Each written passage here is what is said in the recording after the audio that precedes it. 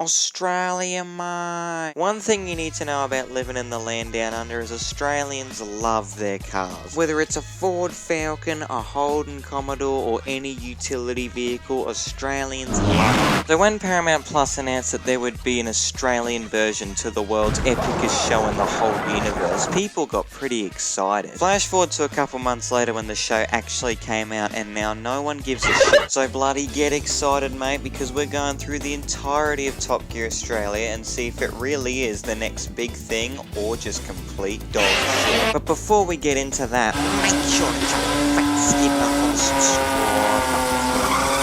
subscribe. Let me take you back to a long time ago when Top Gear was actually good. The BBC noticed that this pokey little motoring show was actually doing pretty good financially. So they held a meeting and one genius executive asked, "Oh mate, why don't we just make another Top Gear, but we just make it mediocre dog shit?" And then everyone cheered, got under his desk and blew his cock off. So I mean, yeah, sure, there is another Top Gear Australia, it's just that it's boring hell. But enough waffle, okay? What did I actually think of the first episode? Now bloody buckle up, mate, because this first episode moves so fast your willy might blow off from motion sickness. So we start off the episode where we get to see the three new hosts in action, and notice how I didn't use the word introduce. That is because they just expect you to know who these three random people are. Fan favourite host is by far Blair Jocelyn, who you might know from the hit YouTube channel Mighty Car Mods, and I'll be honest, I mainly watch Garbage Time and Spotto, and on the rare occasion Drive Tribe, as long as the videos aren't clickbaity dog shit. He was definitely the driving force for this show, because when you look at the trailer, all the comments are just moog.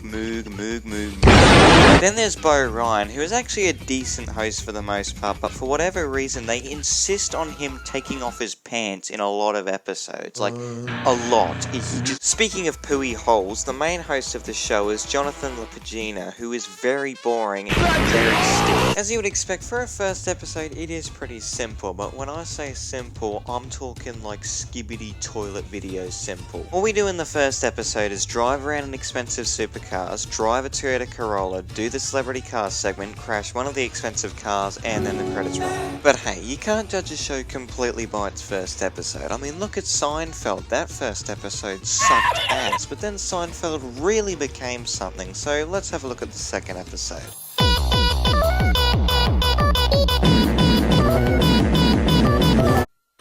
I cannot believe how good Colombia Special is. It's like I'm having a religious experience. I was kind of worried going into this one, considering I thought that this would be exactly like the Grand Tour Colombia Special, but nah mate, if anything it's closer to Top Gear's Bolivia Special. Jonathan bring a Dodge Dart, Blair bring a Renault 4, and Bo bring some kind of fucking prehistoric Jeep. The whole plot of this one is that the boys want to go find some coffee that doesn't taste like methylated spirits to serve in a food truck, so they go and head on down to Colombia to find some beans.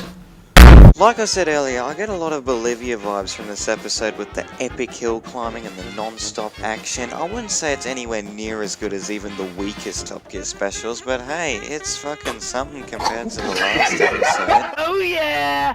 Vector! Shut the fuck!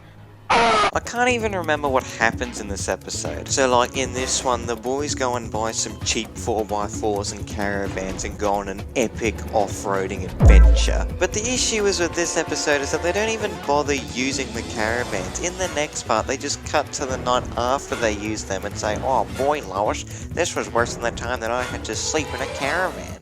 Hi, Dad. Bottom line is this episode is pointless and a complete waste of time. Next. Oh my god.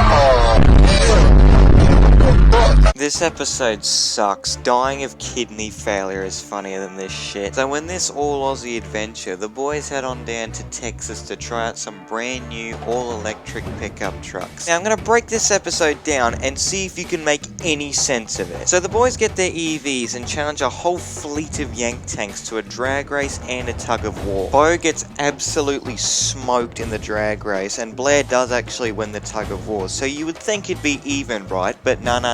then Jonathan says, I was calling this an overall win for Team Electric. "What are you on about, mate? You just got your shit kicked in by a Dodge Ram like 10 minutes ago. That was clearly a tie." Then we head off to the shops because we're going to a tailgate party and convincing everyone that electric pickups can cook sausages the best and with zero emissions. Oh yeah, it's not like gas-powered cars can do that and still have a full tank of fuel afterwards. No, what are you talking about? So then at the start of the second part, they mention how they would test the EVs off-road. So you might be thinking, how did they go off-road? And they answer this question by visiting a random stranger's house and checking out his exotic bathroom, then shooting a gun at a random car. Oh, so then they go off-roading? No, instead they weren't charging their EVs the whole time, and then they just say, "Oh well, I guess we can't go off-roading after all," and then they just end the episode. Like, what was even the point? And Australia doesn't even have any electric utes yet, so they could have made this episode really helpful to buyers, or they could have just pissed on them the whole time and it might have actually been funny. I'm not saying this show isn't funny, it's definitely had its moments, but this episode was just not it, man. Squid launcher! Oh yeah! Fucking Alright, I'm gonna start summarizing these episodes because this video is getting way too long. So the boys want to prove which decade of cars is the best between the 80s, the 90s, or the 2000s. Now I thought what they would do is get cars they grew up from their respected decades and see how they would hold up today, like for example a shitbox Nissan Patrol. But nah, then they just use Ferraris and like a Nissan R34 and a Porsche 928 and then forget about those other two cars and just focus primarily on the Ferrari the whole episode. And then the episode just kind of turns into, "Oh yeah, I like the red car because that was when my grandma's alive and now she's dead." And just to add the nail in the coffin, they destroy a perfectly good BF Ford Falcon and interview some random guy who somehow actually likes the Tesla Cybertruck and then takes his pants off. What the fuck? I'm good, man. You're bro. Alright, good night, man.